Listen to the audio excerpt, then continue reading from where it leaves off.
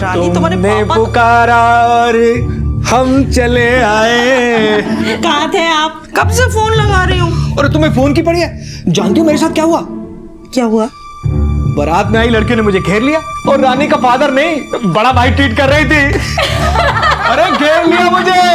पापा मेरे आइडल थे, खुश मिजाज, ईमानदार और सबसे बड़ी बात मेरी माँ के प्रति वफादार। इसलिए जब मेरी शादी मनोज के साथ होने वाली थी, मैं भी यही प्रार्थना कर रही थी कि मनोज बिल्कुल मेरे पापा जैसा हो। मनोज, तुम्हारे फोन में ये किसका मैसेज है? कौन है ये लड़की? और तुम्हारे साथ इनडायरेक्टली सोने की बात कर रही है। और तुम? अरे रानी, तुम गलत सोच रही हो। देखो वो सिर्फ मेरी दोस्त है और दोस्तों में ऐसा मजाक चलता रहता है, आजकल जमाने में कॉमन है। तुम जानती नहीं हो। अगर मैं किसी लड़के के साथ ऐसी बात करूं तो? क्या बोली तू? तू मेरी बीवी है, हाथ में लेके बोला कर। कुछ मर्द ऐसे ही होते हैं, उनकी मर्दानगी पे तब चोट पहुंचती है जब उनकी बीवी उन्हें ऐसे आईना दिखाती है। मैं माँ बन के खुश थी, फिर अचानक ख्याल आया कि शायद एक पिता की जिम्मेदारियां मनोज को अच्छा पति बना दे। पर कैसे बनता? उसे अपनी अय्याशियों से फुर्सत ही कहाँ थी। और इसी दौरान मेरे पापा भी गुजर गए। जिंदगी की धूप छांव में शादी के 10 साल निकल गए, लेकिन अब इस रिश्ते में ऐसा पड़ाव आया जिसने इस रिश्ते की दिशा ही बदल दी।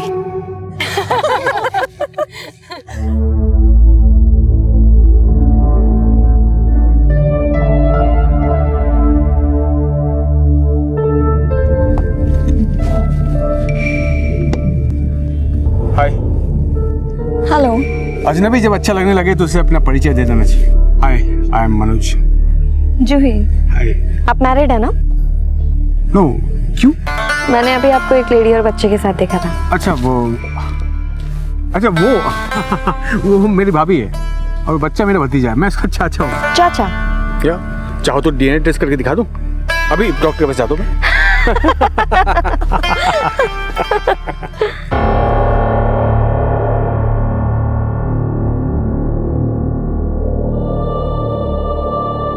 भैया के डेथ के बाद भाभी और यश की जिम्मेदारी मेरे ऊपर ही है। लेकिन मेरी भाभी बहुत ही सेल्फिश है। उन्हें लगता है कि अगर मेरी शादी हुई तो मेरी बेबी उससे सब कुछ हड़प लेगी। इसीलिए उन्हें मेरा किसी भी लड़की से बात करना बिल्कुल पसंद नहीं है। तुम मुझसे शादी कर लो। मैं बिल्कुल स्ट्रेट फॉरवर्ड हूँ। इससे पहले कि तुम्हारी भाभी हम दोनों के बीच में कोई प्रॉब्लम्स क्रिएट करे, मैं तुम्हें प्रपोज करने में कोई रिस्क नहीं लेना चाहती। So will you marry me? वैसे भी 4 दिन बाद मैं अपने घर वापस जा रही हूँ मुंबई, और ये 4 दिन हम दोनों एक दूसरे के साथ पूरी तरीके से गुजारेंगे, और इसी बहाने मेरा जयपुर घूमना भी हो जाएगा।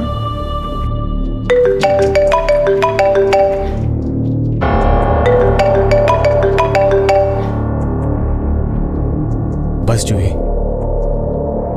इन 4 दिनों में न फोन न ऑफिस, सिर्फ मैं और तुम।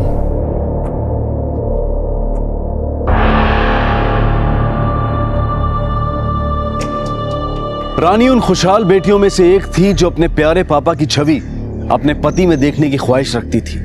लेकिन रानी की शादीशुदा जिंदगी की हकीकत उसके सपनों से बिल्कुल विपरीत थी। बेटी से बहू, बीवी और मां बनने तक एक औरत जो अपनी जिंदगी में बदलाव देखती है, वो पुरुषों की जिंदगी के मुकाबले कहीं ज्यादा चुनौती भरे होते हैं। ऐसे में अगर औरत को अपने जीवन साथी का सच्चा प्यार ना मिले तो उसकी जिंदगी कोरे संघर्ष के अलावा और कुछ नहीं रह जाती। और जब पति मनोज जैसा विश्वासघाती हो तो एक स्वाभिमानी औरत अपने आप को ऐसे मझधार में खड़ा पाती है जहां से लौटकर अपने मायके जाना भी उसके लिए आसान नहीं होता, और पति के साथ रहना भी। मनोज, चाय रेडी है।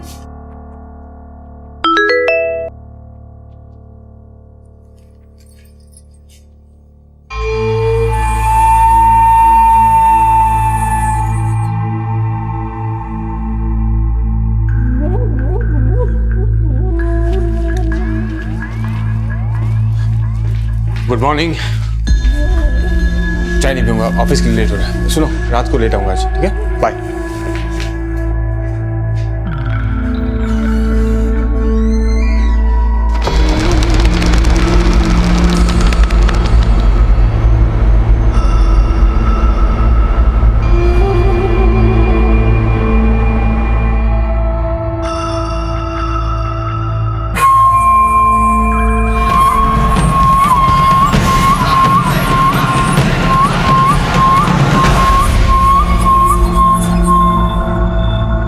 मनोज, क्या चल रहा है ये सब? तेरी हिम्मत कैसे हुई मेरे पति के साथ? और तुम एक बच्चे के बाप होकर इस बाजारू लड़की के साथ? वो मेरी भाभी है और बच्चा मेरा भतीजा है, मैं उसका चाचा हूँ। रानी तमाशा मत करो, ये हमारा घर नहीं है, चलो चलो। तमाशा तो तुमने बना दिया मेरी जिंदगी का। और तू अगर मेरे पति के आसपास नजर भी आई ना तो जेल में भिजवा दूंगी। सोच नहीं पाएगी क्या करूंगी तेरे साथ। रानी, हटो तुम। रानी, जी मेरी बात सुनो। जी सुनो मेरी बात। जी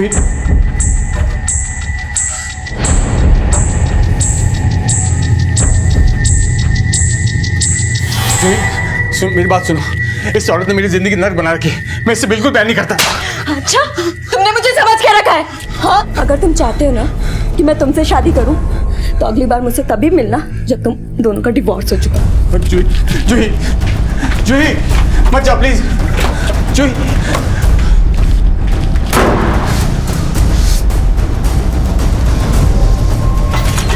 रानी, जूही पे हाथ उठाएगी तू?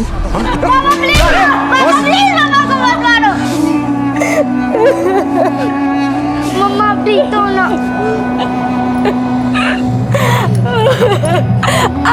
आप प्लीज दो ना मम्मा। हाँ बेटा। मुझे पीट के उसने उन थप्पड़ों का बदला लिया जो मैंने अपनी सौत पे बरसाए। मनोज ने बता दिया कि उसकी नजर में मेरी औकात क्या थी। रानी जैसी न जाने कितनी औरतें रोजाना घरेलू हिंसा का शिकार होती हैं और घर की चार दीवारी के अंदर होने वाले इस अपराध की ज्यादातर पुलिस में कंप्लेंट तक नहीं करवाई जाती। रानी ने जब अपनी आप बीती अपने मायके में बताकर उनसे सहारे की उम्मीद की तो उसे यही शिक्षा मिली कि पति पत्नी के बीच में झगड़े तो होते रहते हैं, घर की बातें अगर घर के अंदर ही सुलझ जाएं तो इसी में औरत की भलाई है।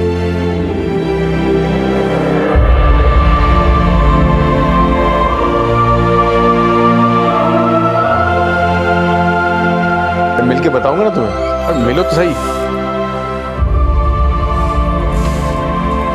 अच्छा फोन करते हो।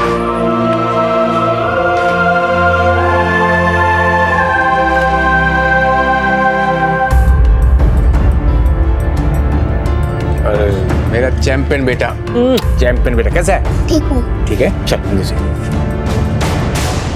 ये एक माँ की हार थी, बीवी की भी हार थी, लेकिन उससे भी बढ़ के एक औरत की हार थी। ट्रस्ट में जूही, मैं खुद इस औरत से पीछा छुड़ाना चाहता हूँ, लेकिन तुम जानती नहीं ये कितनी खतरनाक और चालाक औरत है। मुझे छोड़ने को तैयार ही नहीं। लेकिन तुम चिंता मत करो, मैं कुछ ना कुछ तुम्हारे लिए सॉल्यूशन निकाल के रखता हूँ। तुम समझ रही हो ना मैं क्या बोल रहा हूँ?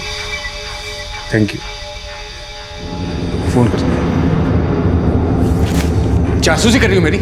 जासूसी नहीं कर रही, तुम्हारी हालत को अपने हालात के साथ जोड़ के देख रही हूँ। तुम जूही के तलवे चाट रहे हो और मैं औकात में लेके बात कर। तुम्हारी औकात तो मेरी औकात से ही बदतर है। कहावत सुनी है तुमने? धोबी का कुत्ता ना घर का ना घाट का। तू मुझे कुत्ता बोलेगी? बता दो, रुक। क्या बोली? तू मुझे कुत्ता बोलेगी? दिखाता हूं मैं तेरी औकात। रानी, रानी को होश आ गया। मामा मैंने कहा था ना रानी को होश आ जाएगा। आज आ गया होश। देखो मामा, तुम बिल्कुल चिंता मत करो। हाँ, तुम जल्दी से रिकवर हो जाओगी। जब तक तू ठीक नहीं हो जाती मैं और कंचन तेरे साथ ही रहेंगे। हाँ भाभी, आखिर अपने ही तो अपनों के काम आते हैं ना। अरे ना भाभी एक्सीडेंट की वजह से आपकी कमर पैरालाइज्ड हो गई है। लेकिन आप चिंता मत कीजिए, हम लोग हैं ना आपकी देखभाल करने के लिए। तुम चले जाओ यहाँ से। मुझे किसी तरह के साथ नहीं चाहिए। जाओ तुम लोग, जाओ।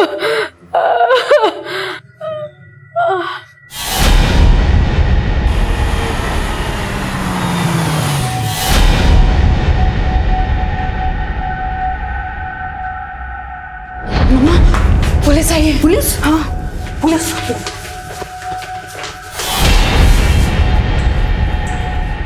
रानी, बेटा रानी, बेटा बाहर पुलिस आ गई है।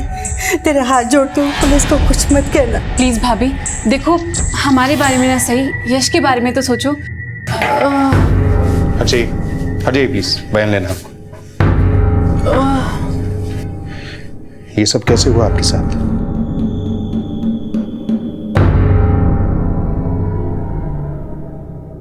बताइए, कौन है आपकी इस हालत का जिम्मेदार? कोई जिम्मेदार नहीं है, मैं खुद जिम्मेदार हूँ। जी? मेरी लापरवाही के कारण हुआ।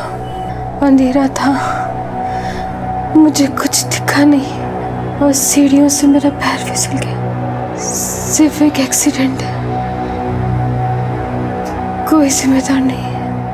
पुलिस को अपने पति के जुल्मों का सच बताने की हिम्मत जुटाकर भी रानी ये सोचकर पीछे हट गई कि जब उसका शरीर साथ था तब उसे अपने मायके से सहारा नहीं मिला, तो अगर इस हाल में वो अकेली पड़ गई तो कैसे एक अपाहिज मां अपने बेटे का पालन पोषण करेगी। रानी अपने हालात से समझौता करने पर मजबूर थी, लेकिन उसकी मजबूरी का फायदा उठाकर अब उसका पति नीचता की सारी हदें पार करने वाला था। रानी, घर आके कैसा लग रहा है तुम्हें? हाँ, अच्छा ही लग रहा होगा, बहुत दिनों बाद घर आई तुम। यस बहुत मिस कर रहा था तुम्हें। चिंता मत करो भाभी, अब आप बहुत जल्दी ठीक हो जाओगी। मम्मी दर्द तो नहीं हो रहा है ना? नहीं बेटा।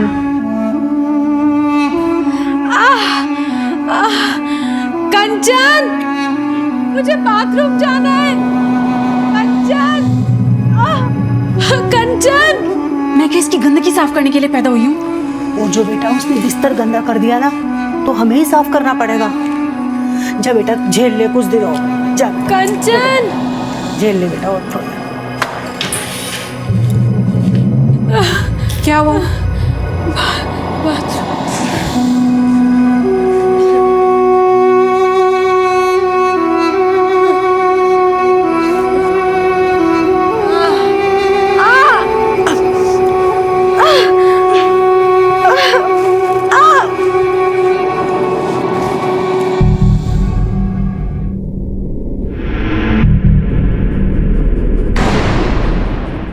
यश, आप ना सिर्फ अपनी स्टडी में ध्यान दो और किसी बात में ध्यान मत दो, ठीक है? आप फिक्र मत करो मम्मी, मैं पूरा ध्यान दूंगा। बहू, ये लो जूस पी लो। नहीं, मुझे नहीं पीना। पी लो ना भाभी। हाँ, मेरा मन नहीं दादी है। मैं पी लेता हूँ।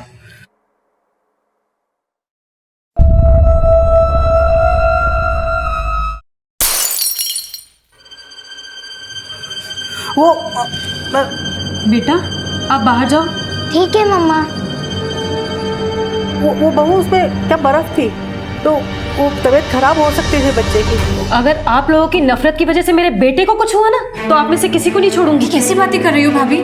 माँ भला आपसे नफरत क्यों करेंगी? कंचन, मेरे साथ झूठा दिखावा मत करो। अगर आप लोग मुझे मारना चाहते हो ना, तो ला दो जहर, खुशी खुशी पी लूंगी, लेकिन ये दिखावा मत करो। पहले पति नहीं चाहता था कि मैं जिंदा रहूं, अब सास और ननद भी नहीं चाहते, लेकिन फिर भी मैं अब तक जिंदा थी। शायद इसमें भी मनोज की ही कोई चाल थी। इस रानी ने मेरी जिंदगी बर्बाद कर दी है। जब मैंने उसे डाइवोर्स मांगा तो वो अपना सर दीवारों में मारने लगी। मैंने उसे रोकने की कोशिश भी की और सीढ़ियों से गिर गई और पैरालाइज्ड हो गई। अब वो मुझे धमकी दे रही है कि अगर मैंने उसे डाइवोर्स मांगा तो मुझे जेल भिजवा देगी। क्या औरत अपने आप को बहुत स्मार्ट समझती है ना, तो तुम भी वैसा ही क्यों नहीं करते जैसा वो कर रही है? मतलब क्या? मुझसे शादी करके मुझे अपने घर ले चलो। भाई, तुम मेरी खुशी के लिए इतना कुछ सोच रही हो अमन, ये सब थैंक्स जूही। अब देखो, दुनिया चाहे कुछ भी सोचे, मैं तुमसे शादी जरूर करूँगा।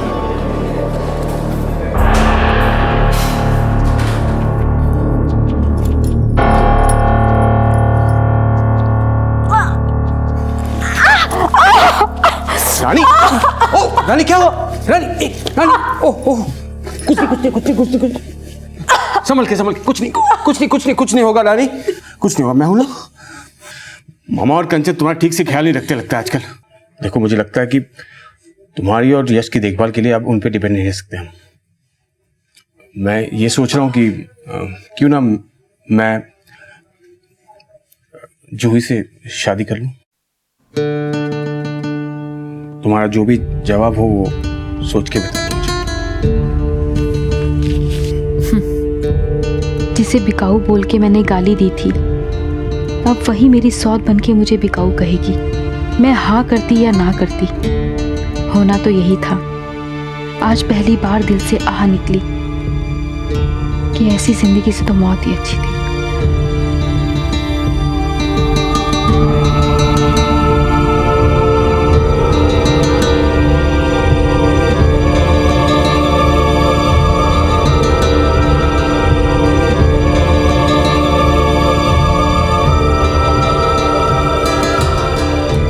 दीदी, आज से आप मेरी बड़ी बहन हैं। मैं इस घर में मनोज की बीवी ज़रूर बनकर आई हूँ, लेकिन इस घर की बहू हमेशा आप ही रहेंगी।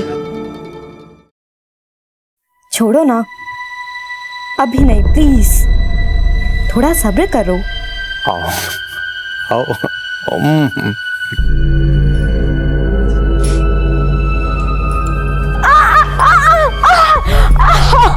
दीदी, दीदी,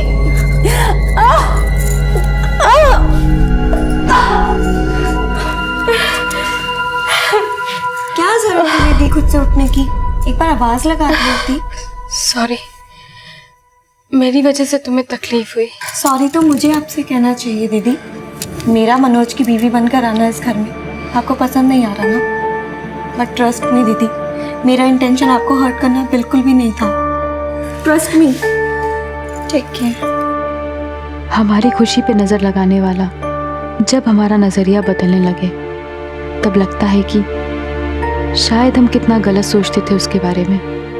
जूही का बर्ताव देखकर कभी कभी मुझे ऐसा ही लगता था, पर क्या वो वाकई ही अच्छी थी?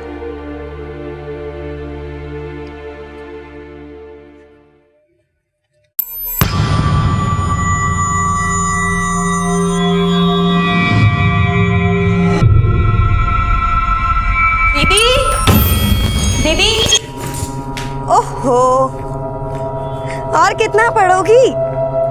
नीचे चल के आराम करते हैं, चले?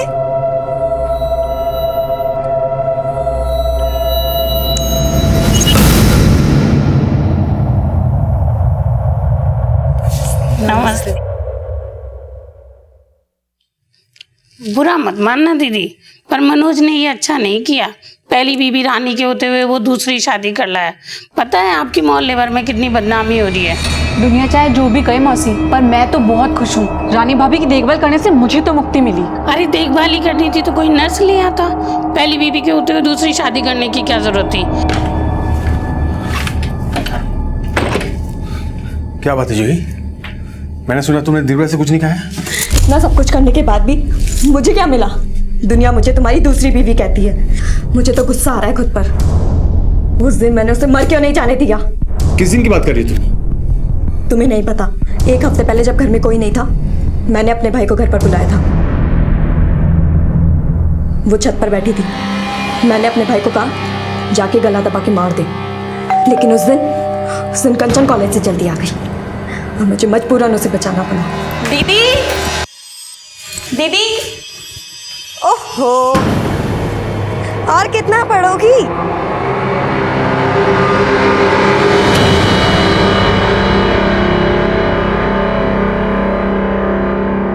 फिलहाल ऐसा करते हैं जूही, रानी के लिए केयरटेकर हायर करके मैं तुम और यश कहीं और चले जाते हैं। ऐसा करने से भी मेरे ऊपर से कौन सा दूसरी बीवी कहलाने का धब्बा हट जाएगा। हमें कुछ और सोचना होगा।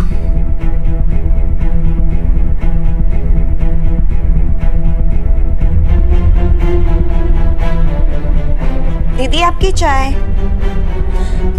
दीदी, रानी,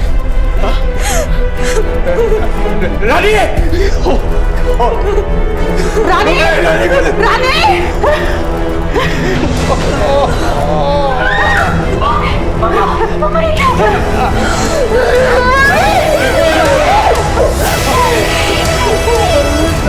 रानी अपनी जिंदगी एक जिंदा लाश बनकर ही जी रही थी।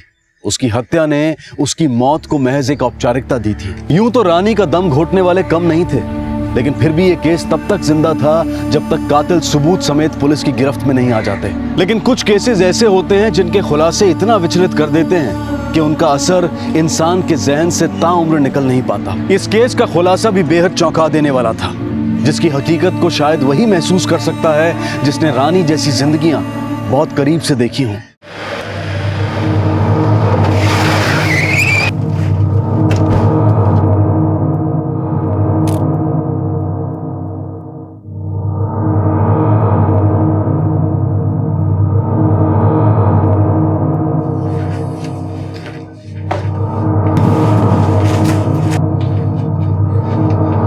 सर, लूटपाट भी हुई है।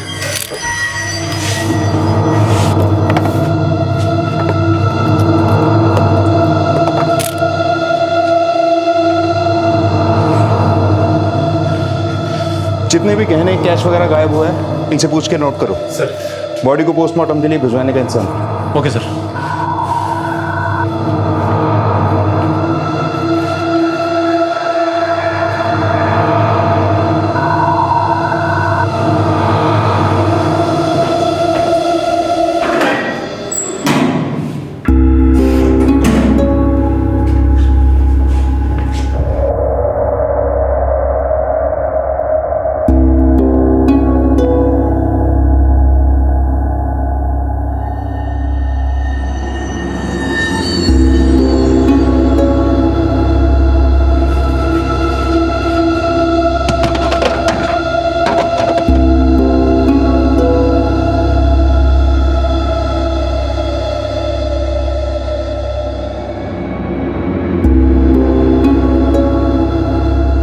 मीना। Yes sir. जाके ट्रेसेस लो और जगह भी देखो।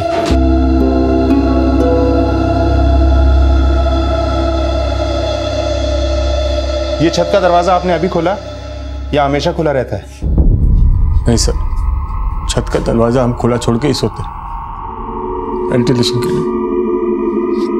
सर, ये देखिए, ये बोतल इस फ्रिज के अंदर रखी हुई थी। इस बोतल पर ब्लड के ट्रेसेस मिले हैं। और सर, ये देखिए, ये चाकू इस डाइनिंग टेबल पे इस स्टैंड के अंदर रखा हुआ था। इस पर ब्लड के ट्रेसेस हैं। ब्लड के सैंपल्स लो और जितनी भी चीज़ों पे ब्लड मिला है इन्हें फॉरेंसिक लैब में भेज दो। सर। और घर के सारे मेंबर्स के फिंगरप्रिंट्स लो और इनके पड़ोसियों से भी पूछताछ करो। Okay sir.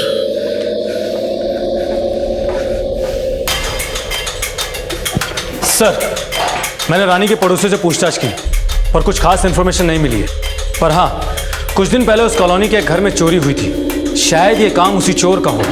भला किसी चोर को एक अपाहिज से क्या खतरा हो सकता है जो वो रानी की जान लेता? छत का दरवाजा जानबूझ के खुला छोड़ा गया ताकि रानी की हत्या को चोरी के साथ जोड़ के घर वालों पे शक ना किया जाए। रानी के ससुराल वालों को बुलाओ। मुझे लगता है ये काम बाहर वालों का नहीं, घर वालों का ही है। सर, उस रात 11 बजे सो गया था मैं। मेरी आंख सुबह जूही की चीख से खुली जब उसने रानी की डेड बॉडी देखी थी। रानी का कमरा ठीक तुम्हारे बराबर वाला है। रानी के साथ इतना बड़ा हादसा हो गया, तुम्हें उसकी चीख सुनाई नहीं थी?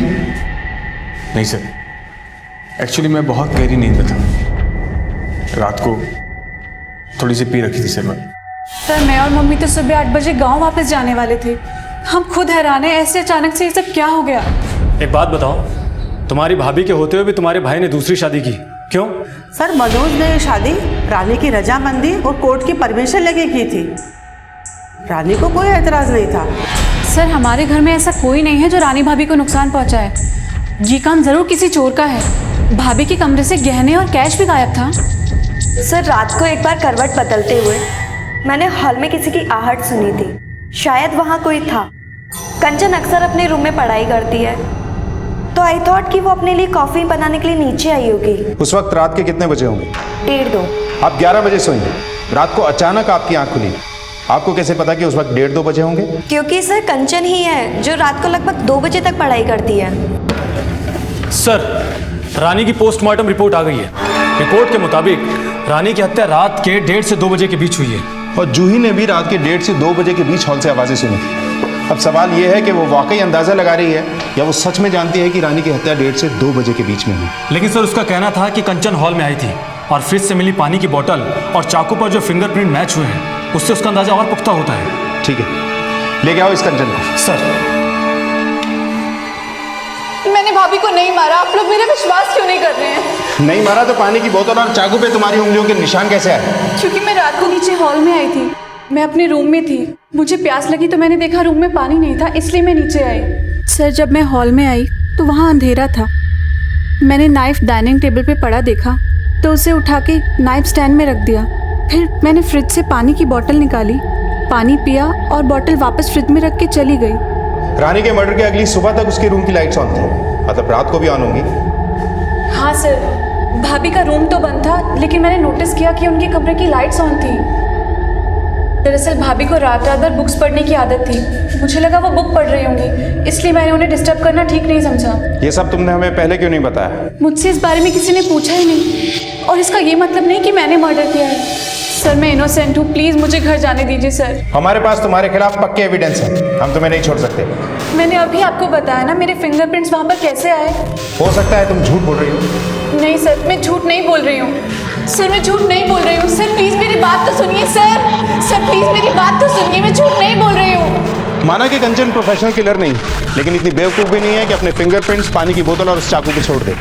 लेकिन एक और बात मुझे खटक रही है, मनोज और जूही का कमरा रानी के बराबर में है। जूही को हॉल में कोई आहट सुनाई देती, लेकिन हत्या के वक्त निकली रानी की चीख सुनाई नहीं देती। सर हो सकता है कंचन ने रानी का मुंह दबा के गला काटा। ये स्केच किसका है? सर ये उसी चोर का है जिसने रानी के मर्डर से पहले उस कॉलोनी के अंदर चोरी की थी।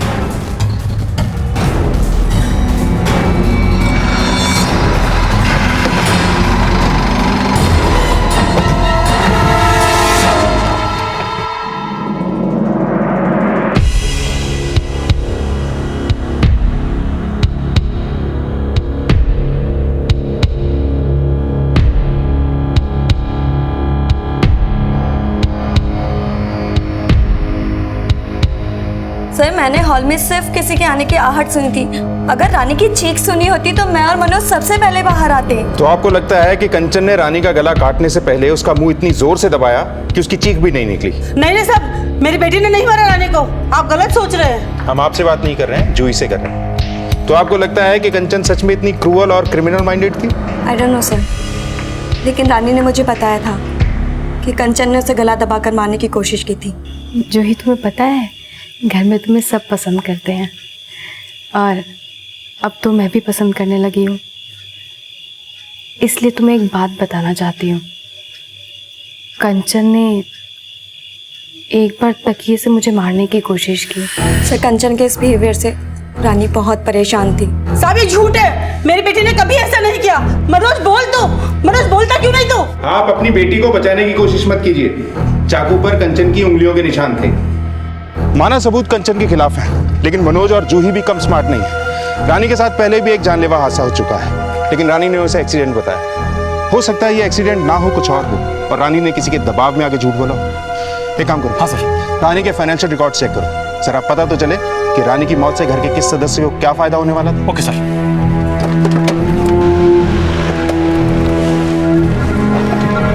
सर उस चोर का स्केच आइडेंटिफाई हो गया है। उसका नाम भदर है, पहले भी चोरी के जुर्म में 6 सजा काट चुका है। 3 महीने पहले उसकी रिहाई हुई थी। विकास सर, अपने सारे खबरियों को एक्टिवेट करो। भदर के ठिकाने का पता लगाओ, उसका जल्द अरेस्ट होना बहुत जरूरी है। सर रानी का 50 लाख का लाइफ इंश्योरेंस है, जिसका नॉमिनी उसका पति मनोज है। विकास, पहली बार जब रानी के साथ जानलेवा हादसा हुआ तो घर पे कंचन नहीं मनोज था। कहीं ऐसा तो नहीं उसकी हत्या की पहली कोशिश नाकाम होने के बाद मनोज ने भदर को रानी की हत्या के लिए हायर किया और जूही के साथ मिलकर कंचन को फंसाने की कोशिश की, ताकि हमारा शक उस पर ना जाए। हो सकता है सर। और हाँ सर, हम जल्द से जल्द भदर को पकड़ने की कोशिश करते हैं, और साथ साथ में ये भी पता लगाते हैं कि मनोज और रानी का रिश्ता कैसा था। सर।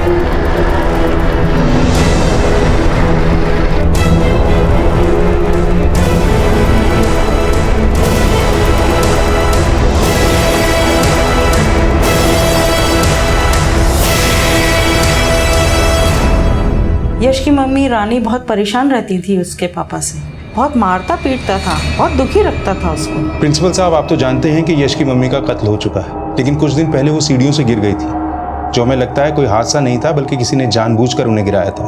इन सभी घटनाओं की सही जानकारी हमें यश से मिल सकती है, इसीलिए मैं यश से मिलना चाहता हूँ। ठीक है, मैं यश को बुलाता हूँ। बेटा, हम जानते हैं कि आपको आपके पापा भी अच्छे लगते हैं और मम्मी भी, लेकिन आप डरो मत, हम इस बात को सीक्रेट रखेंगे।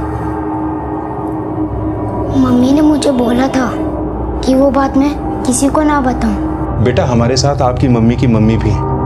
आपका प्रॉमिस टूटेगा नहीं। उस रात जब मम्मी मुझे रूम में छोड़कर जैसे ही बाहर निकली, पापा उन पे चिल्लाने लगे। मैं रूम के बाहर आया और मैंने देखा, लेकिन जब मम्मी ठीक हो गई, पापा ने उन्हें कभी नहीं मारा। जब आपकी मम्मी भगवान के पास गई, उससे पहले आप उनसे मिले थे? हाँ, मैं रात को मम्मी से मिला था। मम्मी। यश, आप सोए नहीं अभी तक बेटा? आप भी तो नहीं सोई? मैं तो लेट सोती हूँ ना। आप जाओ और जाके सो जाओ। नहीं मम्मा, पहले आप सो जाओ। लेकिन सब तो सो गए, अब आपको बेड पे कौन लिटाएगा? मेरी टेंशन मत लो, तुम जाओ और जाके सो जाओ। मैं छोटी मम्मी को बुला लाऊं आपकी हेल्प के लिए? नहीं, मुझे जब नींद आएगी तो मैं खुद सो जाऊंगी। अब आप जाओ और जाके सो जाओ। ठीक है, गुड नाइट मम्मा। गुड नाइट बेटा।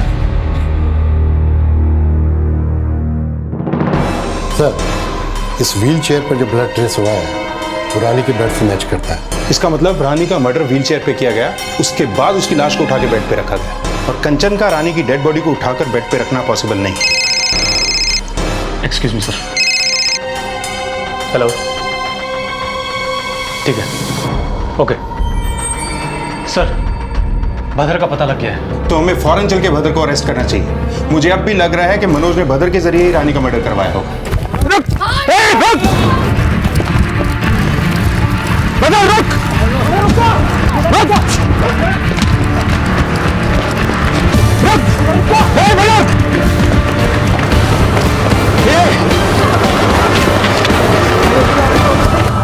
गौर से देख, गौर से देख इसे और बता, 15 मई की रात तू इसके घर गया था?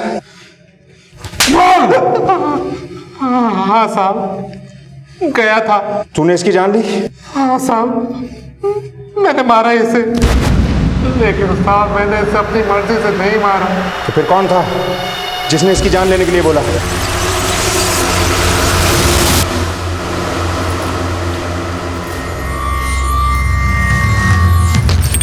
चिल्लाने की कोशिश की तो गला दबा दूंगा। तिजोरी की चाबी निकाल, चाबी निकाल। तुम्हें जो चुराना है चुरा लो, लेकिन बदले में तुम्हें मेरी जान लेनी पड़ेगी। अगर तुमने मेरी बात नहीं मानी तो मैं चिल्लाऊंगी, पकड़े जाओगे। मैडम ये आप, अगर तुम खुद को बचाना चाहते हो तो मार दो मुझे। मैं नहीं कर सकता मैडम। मैं जीना नहीं चाहती। नहीं मैडम। मुक्ति दे दो मुझे हमारे बिना तुम नहीं जा सकते।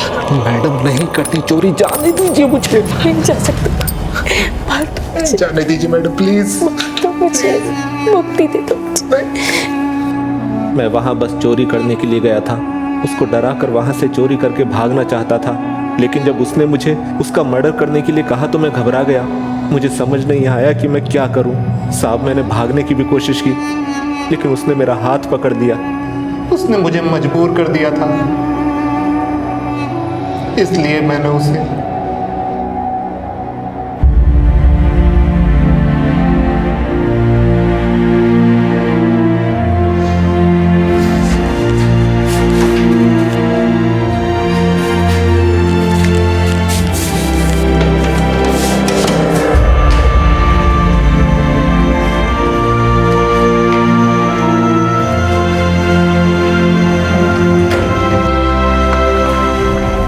रानी की हत्या भले ही भदर ने की हो, लेकिन उसको इस हाल तक पहुंचाने वाले उसके अपने सगे संबंधी थे।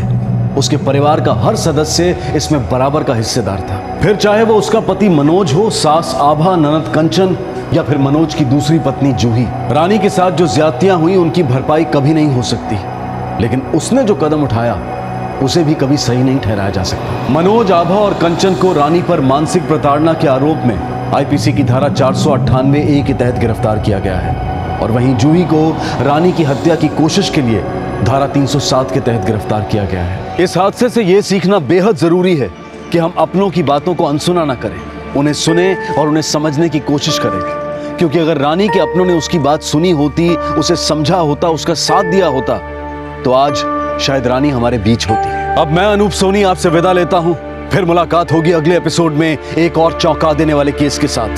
तब तक अपना और अपने परिवार का ख्याल रखें और देखते रहें क्राइम पेट्रोल डायल 100। सबक एक को, सीख हम सबको। जय हिंद। ऐसे और भी मज़ेदार वीडियो के लिए हमारे चैनल को लाइक, शेयर और सब्सक्राइब करें।